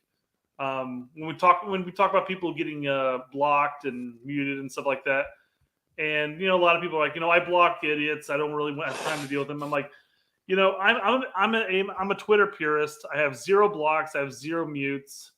Plus, bad takes equal good content, and that's what it is. It's good content. This is great to bring up. It's fun to talk about. They're making they're making a good point, Brett. If we were really wanted to stamp this out, if all of us want to stamp these kind of stupid tweets out, we would ignore the fuck out of it. We wouldn't talk about it. We'd let all his stupid takes rot on a vine. Kind of like his, since fucking Berhalter got fucked in the ass by the Reynas, now he should be rehired as the manager. Wait a minute. You were the guy who were just saying that no one should get more than one 4-year go at the fucking U.S. men's national team. And now you're saying because the Reynas were bad people that he should, you're totally getting rid of your basic belief system that you had, core structure beliefs. Again, the guy's. I'll just say I don't think any amount of us ignoring him would stamp any of this out. He's too ingrained in the culture as far as USSF is concerned, and the people who don't necessarily frequent his show or frequent Twitter are just going to continue seeing him on the game, so it doesn't really matter. Who's his sidekick guy? Mossy. That's the guy I feel sorry for because Mossy goes home and goes, I owe him a lot for at least giving me this job, but fuck, that guy's a dumbass sometimes. He wants to say it. He wants to say it. He wants to say, Lalas, what do you, Lexi? Well, like I said in the recorded video, I really think that this is like 4D chess in the sense that he's trolling, but he trolls in such a way that he makes everybody think that he's being sincere about it. Just to, like S27 mentioned, just to get the attention. One thing is for sure about Lalas, and I will give him credit for this. He don't give a fuck. No. He don't give a fuck. His reactions when people come clapping, I think, is why I believe that most of what he does is trolling. He would watch this video of me and he'd go, I don't give a fuck. Sure. Thank you for covering this for 10 minutes, you stupid bitch. That's what he would say if he watched this. All right. Maximiliano Bretos. Man, Max, you got to shorten that shit. It's hard to read. Don't be shocked. We love Max here. Don't be shocked when I am sure some already have. MLS clubs make a run at Pulisic, McKennie, or Reyna. I predict one of those will be here before the next World Cup. Wrong. Max, we love you, but you are wrong again. What did I say? I said that would be the 8th sign of the apocalypse. Yeah. Bet no one knew there were 8 signs. That's how deep we would be. Yeah, no shit. I'm sorry. Because all it would take, we're sitting, like 2.5 years out? Yes. Yeah, about 2.5 years out of the World Cup. And three, I guess. Yeah, 3.5. Summer, 3 years. Where it's 3 years out, all it would take is each one of those players getting one contract in Europe, and they would not be back in MLS before the World Cup. It's a silly thing to argue here. And every single one of those would have a contract the next day. would love Max, who I'm not comparing to Alexi at all, because I think Max generally is trying to be honest. Tries to, I actually believe that Max believes what's coming out of his mouth, which I don't believe with Alexi. Max, I would challenge you to give me any scenario in which any one of those 3 players comes to MLS. Make one up. It can be even a fairy tale one if you want, because that's what it's going to take to get any one of those 3 guys to come play in MLS. Because neither of the 3 of them think of themselves at this point in their careers. If you listen to any of the 3 of them talk about challenging themselves, raising the level of their player to the highest level, all 3 of them have talked about that on a consistent basis in interviews. There is no way either 3 of them, all 3 have to become complete hypocrites to come back after what they have said. If you had to take a guess on which one of those 3 would be the first to come to MLS, because let's be frank, none of them have played in MLS prior, so it'd be coming to MLS, not coming back. It'd be McKennie. That's who I was going to say that too. Why? You know why, and I know why. But it'd be because he got signed by Inter Miami for a lot of money, and he's going to go out and party, have a good time. But he's got plenty of time to do that. There's no point in him doing that now. Not now. He'll do it when he's like 29 or 31. Which comes after the World Cup, basically. At that Correct. Point. Yeah. So 29, 30, 31, 32. Yeah. And you think he's fat now. You wait till he comes to Leeds fans think he's fat now. Yeah, we don't. I think he's slimmed up, frankly. All right, this won't take that long. Gooch becomes the vice president of sporting, which is sort of part and parcel of McBride's position, plus some other stuff with the youth and all that. I'm glad to see Gooch get the job. I mean, I don't know how he's going to do. Listen, here's the one thing you knew about McBride, right? McBride calling other teams and saying, hey, do you mind if so-and-so comes to play? Oh, he doesn't want to play? Mm-hmm. Oh, you're not going to release him? Oh, okay. Well, all right, what can we work out? That's McBride. McBride, let's work something out. What will work for you? I don't know. But I mean, that also extends past the men's game, which is why this is more than just this is an extension of Brian McBride's position. Plus, it's going to add in fundraising. Okay, hold on. That's not my point. My point is McBride is a super nice person, like ridiculous. Like, imagine all the people who shark eyes. Imagine all the people who elbowed him in the face or took cheap shots at him in his whole career. McBride never swung at anybody a single fucking time. That's how fucking nice Brian McBride is. So he's suited for a job where you got to like totally make good with all the clubs when you make those phone calls about the players coming, right? Here's what I'm saying, though. Gooch don't take no shit in his career. He don't take shit from it. He's more aligned with Dempsey, right? He's a Dempsey kind of guy. You get in his face, he's right back in your fucking grill, right? He's the guy who had a fucking brawl with Slotton. This guy got up in Borghetti's face. So my only concern is if one of these clubs piss him off, I mean, he's got to kind of maintain, I don't know. Listen to him on CBS and stuff like that. And he sounds super chill at this point. And I know, podcasts and stuff like that. So could you imagine Dempsey getting this job? Dempsey? No. Dempsey be like, listen, motherfucker, you're going to let this player come and play this fucking... You motherfucker. You don't know where I'm from, dog. You better send that motherfucker over right now. Get him on the first fucking plane. You know Dempsey be doing that. Be there in 5 hours. And I'm not saying Gooch is as big of a hothead as Dempsey, but I mean, you got to be so mild and level-headed. That's why this is was the perfect job for McBride to call all those teams and say, hey, we need this guy. Oh, that you can't really. Oh, you need him to stay there for a few games, and then you can join us after. Okay, that's cool. That'll work. So I don't know. I'm sure Gooch can do it. I'm sure he's a grown-up now. He's not a young player anymore who could have a hot head if poked, right? So that's all I got on Gooch. Do you have anything? No, I mean it's a position that's covering a couple things. I still don't know what fundraising is. Is USSF fundraised? I thought that was the point of pricing the tickets so ridiculous. I thought that was a version of fundraising because we're gifting you our money to come see it. The specific monies that Gooch needs to raise will be for, I think there were 2 specific teams they were talking about. The disabilities team, and I can't remember which other ones that need special funding for like the Special Olympics and stuff like that. So those teams need special attention and special fundraising. So that's what I heard. I might be wrong, but I'm pretty sure that's the truth, or that's where the focus is going to be. I'm sure the futsal and the beach soccer, all that stuff doesn't make enough money to really fund itself. No, so I was just watching some of the futsal World Cup or whatever it is. And they had the beach zero soccer. Zero people in the stands. Yeah. 0. And I don't even know where they're playing it. But it's not the United States. I know that. But 0 people watching beach soccer World Cup, which is sad. All right, what else we got?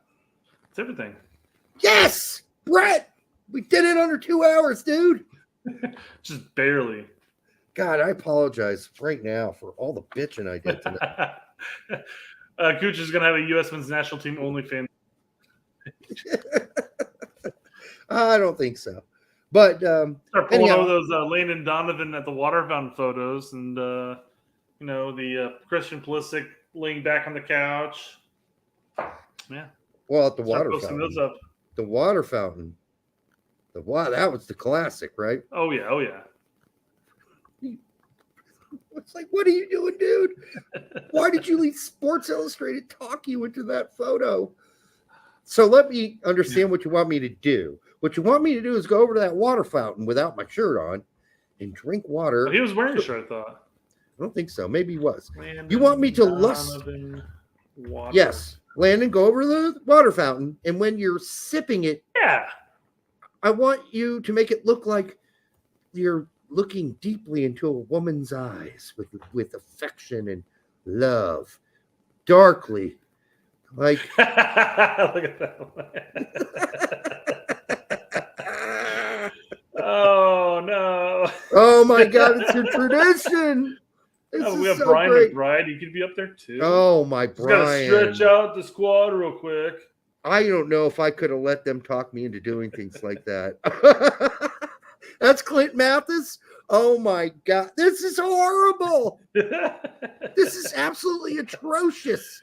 These photos are the worst. Who took this? Playgirl magazine? Oh well. That's at least Stu making fun of it, I guess. But his looks a little more phallic ridden. Yeah, seriously. Kind of like a pig's penis. All right. Thank you for joining us tonight. Oh, no. It was our pleasure to have you. Thank you for all the super chats. Make sure you like and subscribe. I promise not to get sick again anytime soon. I'm glad the rash or whatever you guys want to make up that I had is over and done.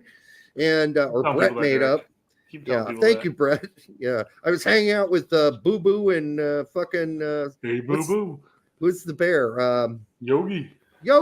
We had that conversation all the time. You know, he was that the baseball player, right? Yogi, yeah, not Yogi Berra. Fuck the Ranger. Fuck the Ranger, Boo Boo. All right. Until the next time on the Straight Red Card. Listen, I've said it many times. Stepsister does not count. Good night.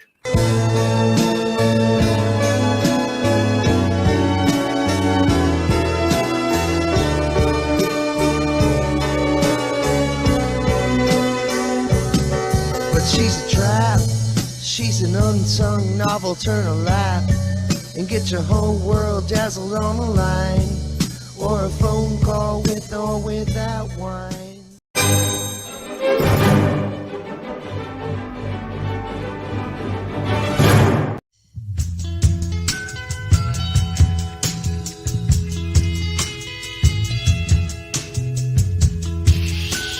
You're gonna do her. Yeah. Oh no!